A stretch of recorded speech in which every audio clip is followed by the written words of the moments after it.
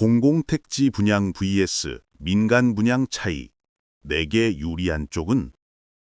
같은 날 두 형제가 각각 청약에 당첨됐습니다. 형은 공공택지 아파트에 당첨됐습니다. 동생은 민간 분양 아파트에 당첨됐습니다. 둘 다 기뻤습니다. 하지만 10년 후 그들의 표정은 완전히 달랐습니다. 형은 미소를 지었습니다. 동생은 한숨을 쉬었습니다. 같은 시기 같은 지역에서 분양받았는데 왜 이렇게 다른 걸까요? 도대체 무슨 일이 있었던 걸까요?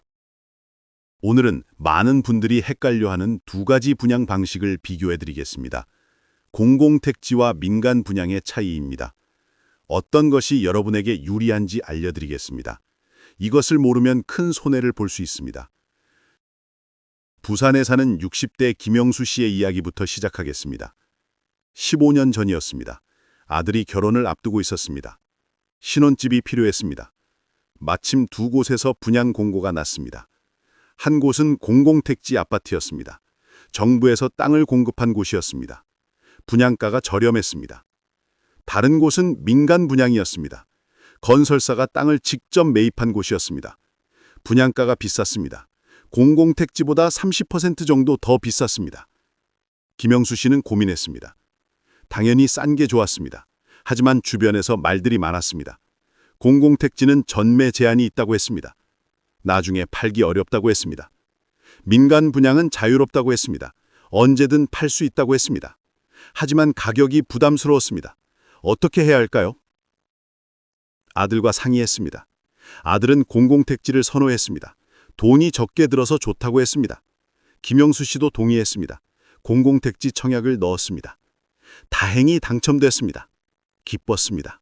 저렴한 가격에 집을 마련했습니다. 분양가가 시세보다 낮았습니다. 프리미엄이 있었습니다. 하지만 문제가 있었습니다. 전매 제한이었습니다. 5년 동안 팔 수 없었습니다. 아들은 괜찮다고 했습니다. 오래 살 거니까 상관없다고 했습니다. 3년이 지났습니다. 아들에게 해외 발령이 났습니다. 가족이 함께 가야 했습니다. 집을 처리해야 했습니다. 하지만 팔 수 없었습니다. 전매 제한 기간이 남아 있었습니다. 어쩔 수 없이 전세를 놓았습니다. 빚을 내서 해외에 집을 마련했습니다. 이중 부담이었습니다. 김영수 씨는 후회했습니다. 민간 분양을 선택했어야 했나? 비싸도 자유로운 게 나았을까? 하지만 이미 늦었습니다.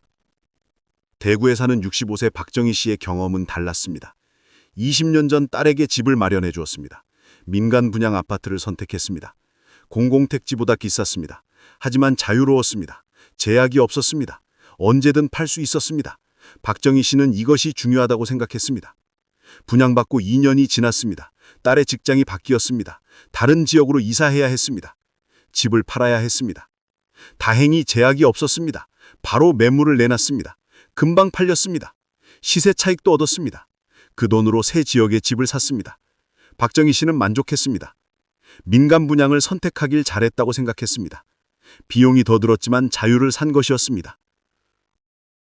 광주에 사는 70세 이순자 씨는 공공택지의 장점을 경험했습니다. 12년 전 아들 집을 마련해 줬습니다. 공공택지 분양을 받았습니다.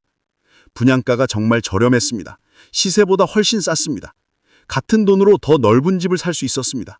이순자 씨는 기뻤습니다. 전매 제한도 문제 없었습니다. 아들이 오래 살 계획이었습니다. 팔 생각이 없었습니다. 오히려 투기를 막아주니 좋았습니다. 세월이 흘렀습니다. 주변 집값이 올랐습니다. 공공택지 아파트도 따라 올랐습니다. 전매 제한이 풀린 후에는 시세와 같아졌습니다. 이순자 씨는 말합니다. 장기 거주할 거면 공공택지가 좋아요. 싸게 사서 오래 살면 돼요. 전매 제한은 문제가 안 돼요. 오히려 안정적이에요. 오래 사는 60대 최철수 씨의 경험은 달랐습니다. 2학년 전 아파트를 분양받았습니다. 유명 건설사 민간 분양이었습니다. 분양가가 비쌌습니다. 하지만 브랜드를 믿었습니다. 자유롭게 거래할 수 있다는 장점도 있었습니다. 프리미엄을 기대했습니다. 입주했습니다. 하지만 실망스러웠습니다. 주변 시세보다 비쌌습니다. 분양가 자체가 높았기 때문입니다. 시세 차익이 크지 않았습니다. 근처 공공택지 아파트와 비교했습니다. 공공택지는 싸게 분양받아서 프리미엄이 컸습니다. 전매 제한이 풀린 후에는 가격이 비슷해졌습니다. 최철수 씨는 아쉬워했습니다. 더 많은 돈을 내고도 이득이 적었습니다. 민간 분양의 높은 분양가가 부담으로 남았습니다.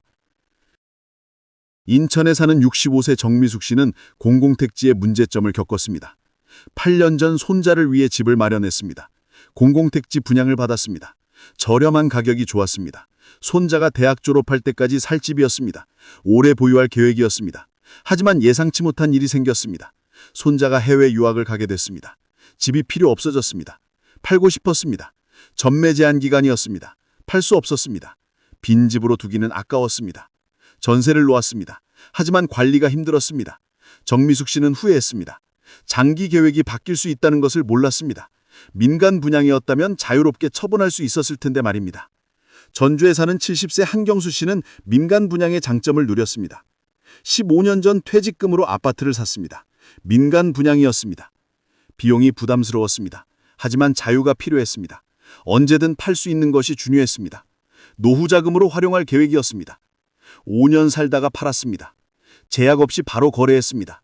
시세 차익을 얻었습니다. 그 돈으로 더 작은 집으로 이사했습니다. 남은 돈은 노후 자금으로 썼습니다. 다시 5년 후 팔았습니다. 또 시세 차익을 얻었습니다. 이번에는 전원주택으로 이사했습니다. 자유로운 거래가 가능했기에 할 수 있는 일이었습니다. 한경수 씨는 말합니다. 민간 분양의 자유로움이 좋았어요. 내 상황에 맞춰 움직일 수 있었어요. 비용이 더 들어도 그만한 가치가 있었어요. 울산에 사는 60대 김동수 씨는 두 가지를 모두 경험했습니다. 첫 번째 집은 공공택지였습니다. 두 번째 집은 민간 분양이었습니다. 공공택지는 저렴했습니다. 젊었을 때 돈이 없던 시절 큰 도움이 됐습니다. 사계집을 마련할 수 있었습니다. 전매 제한도 문제 없었습니다.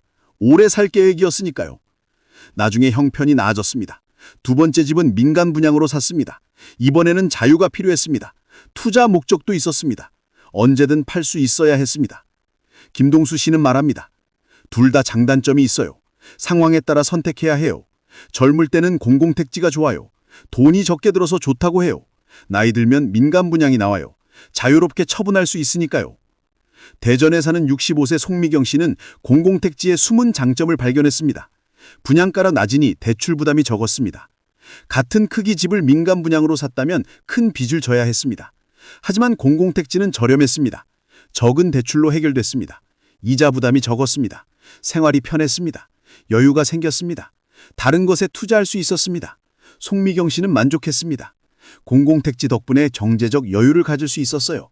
빚에 허덕이지 않아도 됐어요. 이게 큰 장점이에요. 경남에 사는 70세 이철호 씨는 민간 분양의 숨은 장점을 경험했습니다. 높은 분양가 때문에 재산세도 많이 나왔습니다. 공시가격이 높았습니다. 세금 부담이 컸습니다.